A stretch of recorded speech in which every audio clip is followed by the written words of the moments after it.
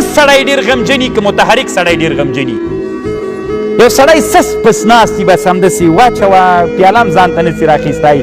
بس په کوټه کې چې ملګري محصلین ملګري نو ده ته به هر څه ته ورکوې ډوډۍ به هم درته نیمه وې پیالې به هم درته مینځې کاسه به هم درته مینځې نو په دې او دلته یو بل 5 محصلین دي هغه بس داسې محصلین دي چې خوړو محصلین دي بس غلي ناست وي که نه کور یادېږي او بس